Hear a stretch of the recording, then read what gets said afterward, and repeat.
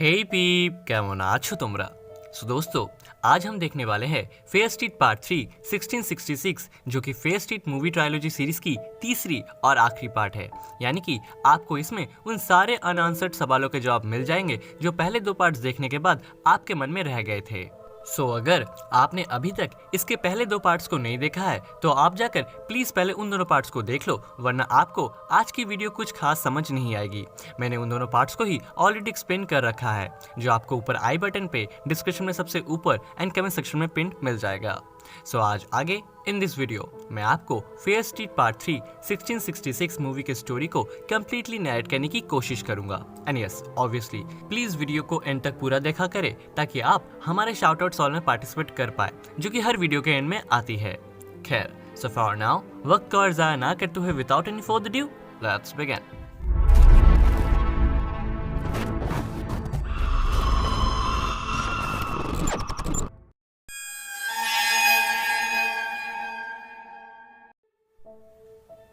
तो मूवी की शुरुआत में हमें सेकेंड पार्ट का एक छोटा सा रिकैप दिखाया जाता है, जहां उस मूवी के एंड में डीना ने सारा फेयर के कटे हुए हाथ को उसकी बॉडी से मिला दिया था, जिससे वो पास्ट में पहुंच गई थी, यानी कि सन 1666 में। और अब आगे वो सारा फेयर की नज़रों से ही पूरी कहानी को देखेगी और हम व्यूअर्स पार्ट 3 में उसे एज सारा फेयर देखेंगे।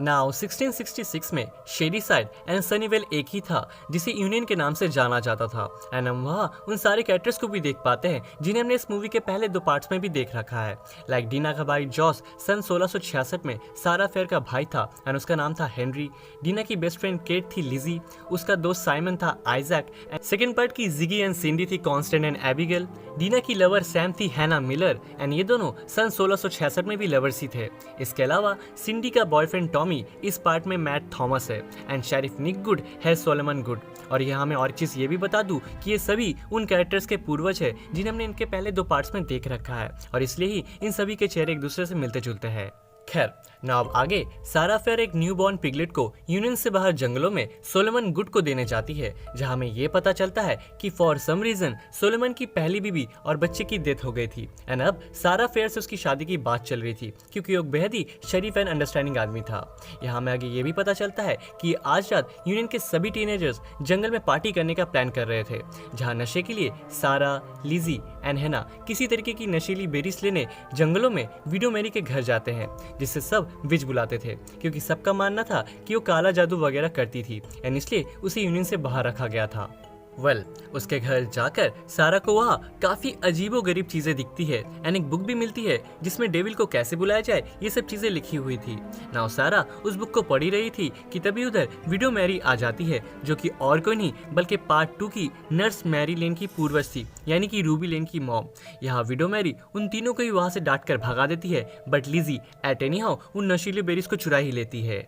खैर, ना अब रात होने पर ये सभी टीनेजर्स जंगल में पार्टी करना शुरू करते हैं, जहाँ सभी वो बेरीज खाकर फुल हाई हो जाते हैं एंड इसी नशे में वह एक केलेब नाम का बंदा, जो कि पार्ट 1 में सैम का बॉयफ्रेंड पीटर था, वो यहाँ सैम यानी कि हैना के साथ जबरदस्ती करने लगता है, जिस वजह से हैना एंड सारा दोनों ही उसे सबके सामने इंसल्ट कर उसे वहाँ से भगा देते हैं। एंड आफ्टर दैट, जो कि हैना एंड सारा एक दूसरे से प्यार करते थे, इसलिए वो दोनों सबसे अलग जंगल में जाकर इंटीमेट होने लग जाते हैं। बट सूनर दे रियलाइज कि वह उनके अलावा कोई और भी है जो उन्हें छुपकर देख रहा था, जिस वजह से वो दोनों ही वहां से तुरंत ही घर की तरफ भाग जाती है। एंड हैना वाज रियली स्कैर्ड, क्योंकि ऑब्वियसली सन 1666 में ऐसा रिश्ता एक्सेप्टेबल नहीं था एंड सोसाइटी की नज़रों में ये एक सिन यानी कि पाप था, और इसलिए ही किसी को पता लग जाने के डर से हैना बहुत ज़्यादा डरी हुई थी। बट सारा वाज क्वाइट स्ट्रॉन्ग एंड वो हैना को समझाने की कोशिश करती है, और इस बार उन्हें थॉमस भी देख लेता है।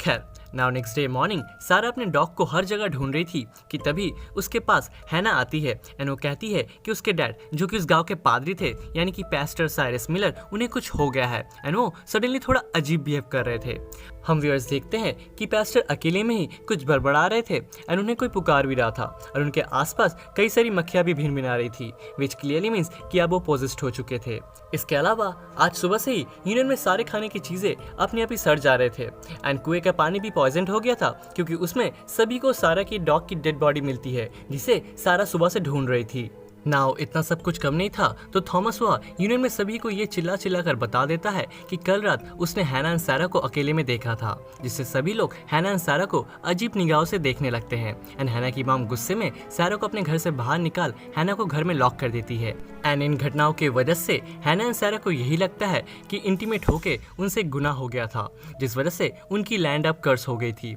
और तो और गाँव वालों को भी यही लग रहा था कि किसी की पाप के वजह से डेविल अब उनके जमीन पे आ गया है। एनीवेज नाउ सारा अब उसके और हैना के रिश्ते के बारे में सोलेमन को सब सच सच बता देती है, जिसे सुन सोलेमन को बुरा तो लगता है, बट जो कि सोलेमन एक अच्छा इंसान था वो सारा को खुद को दोषी मानने से मना करता है एंड उसे समझाने लगता है। लेकिन तभी उन्हें बाहर से कुछ चीखें सुनाई देती है और उन्हें पता चलता है कि पास्टर साइरस मिलर ने 12 बच्चों समेत खुद को मीटिंग हाउस में बंद कर लिया था, जहाँ सोलेमन को अंदर जाने पर ढेर सारी इंसानी आंखें जमीन पे गिरी हुई दिखती है। एंड वो देखता है कि पास्टर ने खुद के उन सारे बच्चों की आंखें निकाल दी थी, जिसमें एबिगेल की बहन कॉन्स्टेंट एंड हेनरी भी शामिल थे। एंड वो सारे ही बच्चे मारे जा चुके थे। एंड हियर वी अंडरस्टैंड कि क्यों आखिर पार्ट 2 में एलिस को उस अजीब सी काली चीज को छूने पर बिना आंखों वाली बच्चों की स्पिरिट्स दिखी थी। खैर नाउ यहाँ पास्टर अब सारा को भी मारने की कोशिश करते हैं, बट सोलेमन सारा को बचाने के लिए पास्टर को ही मार देता है। And after this whole incident union के सभी लोग बेहद ज्यादा डर जाते हैं एंड दे अंडरस्टैंड कि इन सब चीजों के पीछे किसी सुपरनैचुरल फोर्स का हाथ है। और इसलिए रात होने पर यूनियन के सभी लोग एक मीटिंग बुलाते हैं, जहाँ सभी यही मान रहे थे कि उन्हें किसी की पापों की सजा मिल रही है एंड ये किसी विच ने किया है, जिसे ढूंढकर उन्हें सजा देना ही होगा। यहाँ सोलेमन सबको समझाने की बेहद कोशिश करता है कि पास्टर साइरस मिलर ही इविल था जो कि अब मारा जा चुका है, सो अब किसी को भी कोई भी सजा देने की जरूरत नहीं है। बट ऑब्वियसली यहाँ उसकी कोई एक भी नहीं सुनता। एंड तभी इसी मौके का पूरा फायदा उठाते हुए केलब अपने इंसल्ट का बदला लेता है एंड वो वहाँ सबको ये कहता है कि उसने पिछली रात सारा एंड हैना को विच के साथ सोते हुए देखा था एंड वो दोनों भी एक विच है, जिसे सुनते ही गाँव वाले भी बिना सोचे समझे उन दोनों को ही दोषी मान लेते हैं एंड सारा एंड हैना को पकड़ने निकल पड़ते हैं, जहाँ सारा तो छुप जाती है बट हैना पकड़ी जाती है। एंड गाँव वाले ये डिसाइड करते हैं कि कल सुबह से पहले ही वो लोग सारा को भी ढूंढ लेंगे एंड आफ्टर दैट उन दोनों को ही फांसी दे दी जाएगी। खैर नाउ आगे अब थोड़ी रात होने पर सारा सबसे छुपते छुपाते हुए हैना से जाकर मिलती है एंड वो उसे कहती है कि उन्हें ऐसे नहीं तो वैसे ये गांव वाले अब मार ही डालेंगे। एंड जो कि ऑलरेडी यूनियन के सभी लोग उन्हें एक विच मान रहे थे, तो उन्हें अब एक विच ही मिलेगी। सारा यहाँ हैना से कहती है कि वो विडो मैरी के उस ब्लैक मैजिक के बुक के मदद से सच में डेविल से अब एक डील करेगी, जिससे उन दोनों की जान बच जाएगी। लेकिन जब सारा विडो मैरी के घर पहुंचती है तो वो देखती है कि विडो मैरी को ऑलरेडी किसी ने मार दिया था एंड वो बुक भी अब गायब थी। वेल नाउ सारा अब तुरंत ही सोलेमन के घर जाती है एंड सोलेमन उसे अपने घर में छुपा लेता है, क्योंकि गांव के कई सारे लोग सारा को ढूंढते हुए अब सोलेमन के घर के बाहर भी आ चुके थे, जहां सोलेमन सारा को बचाने के लिए उसे घर के अंदर छुपाकर खुद ही बाहर उन सबको जाकर रोकता है। और इतने में सारा उस घर के बेसमेंट में चली जाती है, जहाँ उसे ढेर सारा अच्छा अच्छा खाना दिखाई देता है, जो कि उस दौरान सोलेमन के पास होना बेहद ही शॉकिंग बात थी। इतना ही नहीं, सारा को वहाँ बेसमेंट में एक सीक्रेट टनल भी दिखता है, जिसके अंदर जाकर उसे एक विचेस मार्क दिखता है। एंड दोस्तों ये वही विचेस मार्क था जिसे हमने पार्ट 2 में भी देखा था, यानी कि पार्ट 2 में जिसे वो लोग सारा फेयर का घर समझ रहे थे, वो असल में सोलेमन गुड का घर था।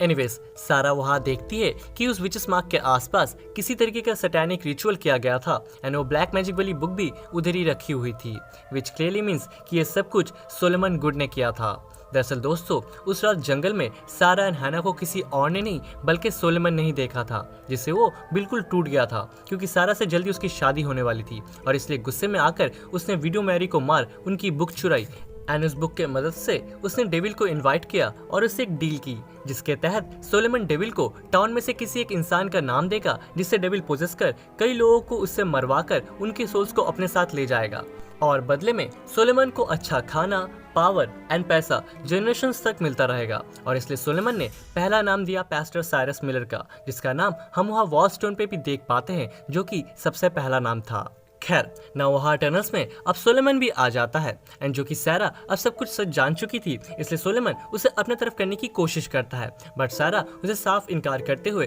उस पर एक नाइफ से अटैक कर देती है एंड वहाँ टनल्स के अंदर भाग जाती है। भागते भागते सारा उसी अजीब सी दिल जैसी चीज के पास पहुंच जाती है, जो कि शायद डेविल को रिप्रेजेंट कर रहा था, बट सारा उसको इग्नोर करते हुए आगे बढ़ती है एंड वो मीटिंग हॉल के बिल्कुल नीचे पहुंच जाती है, जहाँ पार्ट 2 में आउट हाउस था।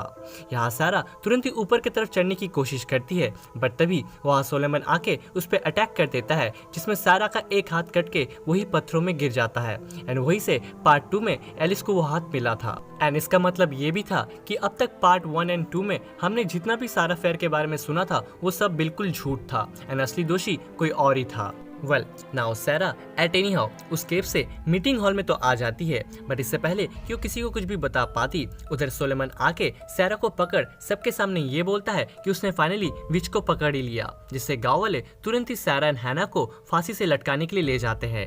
ना जो कि सारा ये अच्छे से जानती थी कि गांव वाले उसके किसी भी बात पे यकीन नहीं करेंगे और ना ही कोई सोलेमन गुड पे शक भी करेगा, इसलिए वो इधर हैना को बचाने के लिए ये कहती है कि हाँ उसी ने डेविल से डील की थी, जिसकी वजह से गांव में ये सब हुआ। एंड हैना की इसमें कोई भी गलती नहीं थी क्योंकि उसने हैना को अपने वश में कर रखा था and she was completely innocent, so फांसी भी सिर्फ उसी ही मिलनी चाहिए, हैना को नहीं। नाउ गांव वाले भी हैना को छोड़ देते हैं एंड सारा को ही सिर्फ फांसी से लटकाते हैं, जहां मरने से पहले सारा सोलेमन को ये कहते हुए जाती है कि आज नहीं तो कल, पर सच एक दिन सबके सामने जरूर आएगा। वेल नाउ सारा के मरने के बाद उसकी बॉडी को वही उसी पेड़ के नीचे दफना दिया जाता है, लेकिन फिर आधी रात को सारा के दोस्त आकर सारा की बॉडी को वहां से निकाल उसे पूरे रिचुअल के साथ एक दूसरी जगह दफन करते हैं ताकि उसके आत्मा को शांति मिल सके। और तो और उन्हीं लोगों ने वो पत्थर उस पेड़ के नीचे सारा की बॉडी के जगह दफनाया था, जिसे हमने पार्ट 2 में देखा था, जिसमें लिखा था कि विच हमेशा अमर रहेगी। खैर now back to the 1994। Deena अब सारा फेयर के विजन से बाहर आती है and now she knows everything कि सारा फेयर बिल्कुल ही इनोसेंट थी and Solomon Goode is the one जिसने ये सब शुरू किया था। एंड 1666 के बाद से गुड फैमिली ने ही इस कर्ज को आज तक कंटिन्यू रखा हुआ है, विच क्लियरली मीन्स कि इन प्रेजेंट ये सब कोई और नहीं बल्कि शेरिफ निक गुड कर रहा था। दरअसल दोस्तों 1666 के बाद से पैसा और पावर के लालच में गुड फैमिली के हर एक जनरेशन से कोई ना कोई एक हर बार डेविल से डील करके उसे एक नाम देता है, जिसे पोजेस करके डेविल उनसे कई सारे खून करवाता है और बदले में गुड फैमिली की तरक्की होती रहती है। लाइक 1978 में निक गुड ने ही डेविल को टॉमी का नाम दिया था, जिसके बदले में वो एक शेरिफ बन गया और उसका भाई विल मेयर बन गया और सनीविल की तरक्की होती रही। और तो और जब भी किसी को सारा फेयर ने सच्चाई दिखाने की कोशिश की तो डेविल ने अपने कर्ज को प्रोटेक्ट करने के लिए उनके पीछे अपने सारे किलर्स छोड़ दिए ताकि वो उन्हें अपने रास्ते से हटा सके, लाइक जिगी, एलिस, सिंडी। एंड जो कि सैम को भी सारा फेयर दिखी थी,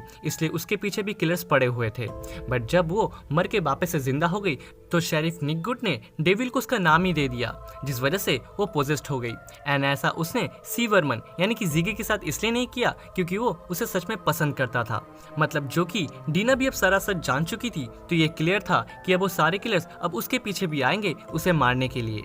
खैर नाउ सारा सच जानने के बाद डीना ये सब कुछ अब जॉश को भी बताती है, पर इतने में ही उधर शेरिफ निक गुड भी पहुंच जाता है, जिसे देख डीना एंड जॉश डर के मारे एट समहाउ शेरिफ गुड की ही कार लेके वहां से भाग जाते हैं। एंड इनके इस स्ट्रेंज बिहेवियर की वजह से शेरिफ गुड भी समझ जाता है कि डीना को अब सब कुछ पता चल चुका है।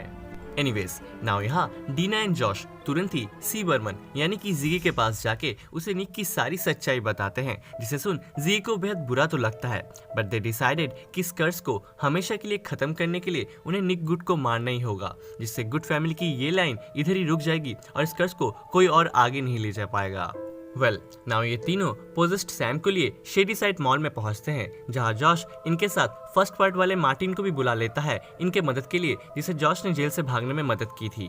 नाउ जो कि ये लोग जानते थे कि अब सारे किलर्स डीना को मारने जरूर आएंगे, इसलिए दे प्लान कि वो at any how sheriff good पे डीना का खून गिरा देंगे, जिससे वो सारे किलर्स उसे मार देंगे एंड ये कर्ज भी हमेशा के लिए खत्म हो जाएगा। बट इससे पहले कि वो अपने प्लान पे वर्क कर पाते, उधर शेरिफ गुड की कार को फॉलो करते हुए दो पुलिस वाले चले आते हैं एंड इन सबको अरेस्ट करने लगते हैं। लेकिन तभी उधर मॉल में अब वो सारे किलर्स भी चले आते हैं एंड वो उन दोनों पुलिस वालों को मार डालते हैं। वेल नाउ इधर ये सभी अब अपना दिमाग चलाते हैं एंड डीना के खून से ट्रैप सेट करके उन सारे किलर्स को अलग अलग स्टोर्स में लॉक कर देते हैं। एंड इतने में ही जिगी एट एनी हाउ निक को भी उस मॉल में ले आती है, जहां मौका देखते ही ये लोग उस पर डीना का खून गिरा देते हैं एंड उन सारे किलर्स को फ्री कर देते हैं, जिससे वो किलर्स अब निक को मारने के लिए आगे बढ़ते हैं। नाउ अपनी जान खतरे में देख निक तुरंत ही जिगी को पकड़ लेता है, जिससे डीना का खून अब उस पर भी लग जाता है। एंड नाउ जो कि अब जिगी की जान भी खतरे में थी, इसलिए डीना तुरंत ही अपना हाथ काटकर उन किलर्स को अपने पीछे डाइवर्ट कर लेती है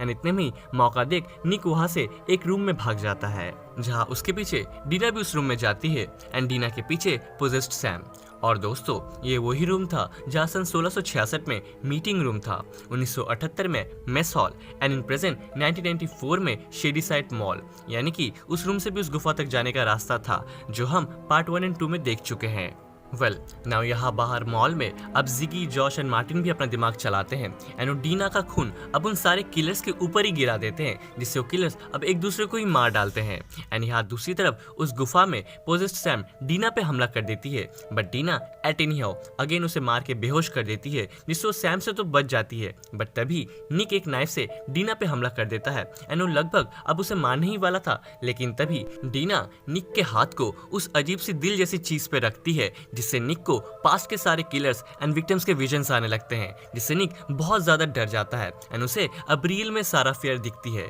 जो उसे उसी के नाइफ से मारकर अपना रिवेंज ले लेती है। बट इन रियल वो सारा फेयर नहीं बल्कि डीना थी एंड निक के मरते ही वहां से सारे किलर्स अपने आप ही गायब हो जाते हैं। एंड हम व्यूअर्स ये भी देखते हैं कि उस वॉल स्टोन से उन सारे किलर्स के नाम भी मिट जाते हैं एंड वो अजीब सी दिल जैसी चीज और वो विचेस मार्क भी गायब हो जाता है, यानी कि फाइनली शेडीसाइड से वो कर्स अब खत्म हो जाता है और इसलिए सैम भी वापस से नॉर्मल हो जाती है। खैर, अब आगे के कुछ सीन्स में हम व्यूअर्स ये देखते हैं कि शेडीसाइड में हुए सारे मर्डर्स के लिए निक गुड को दोषी ठहराया जाता है, जिससे उसके भाई विल को मेयर के पद से हटा दिया जाता है एंड शेडीसाइड की हालत सुधरने लगती है, तो वही सनीवेल की हालत अब बिगड़ने। Now in the end Deena nurse Lane को जिगी के पास रखी उनकी डायरी लौटाने जाती है, जिसे देख वो बेहद खुश होती है एंड जॉश को भी फाइनली उसकी ऑनलाइन वाली friend Queen of Fear and Darkness real में मिलती है और Deena and Sam Sarah Fier के ग्रेव पे जाकर उसे थैंक्स करते हैं and they called her the first Shadysider और इसी के साथ साथ फेयरेस्ट ट्रायलॉजी इधर ही एंड हो जाती है। बट मूवी के पोस्ट क्रेडिट सीन में हम व्यूअर्स ये देखते हैं कि विडो मैरी की वो ब्लैक मैजिक वाली बुक जिसके मदद से गुड फैमिली डेविल से डील करती थी, वो बुक अभी भी उस गुफा में ही थी, जिसे लास्ट में डीना एंड सैम वहां से नहीं लेके गए थे। बट अब उस गुफा में जाकर कोई वो बुक ले लेता है, जो कौन था ये तो हमें दिखाया नहीं जाता, बट इससे ये जरूर क्लियर हो जाता है कि मे बी इन फ्यूचर हमें फेयर स्ट्रीट के और भी पार्ट्स देखने को मिलने वाले हैं।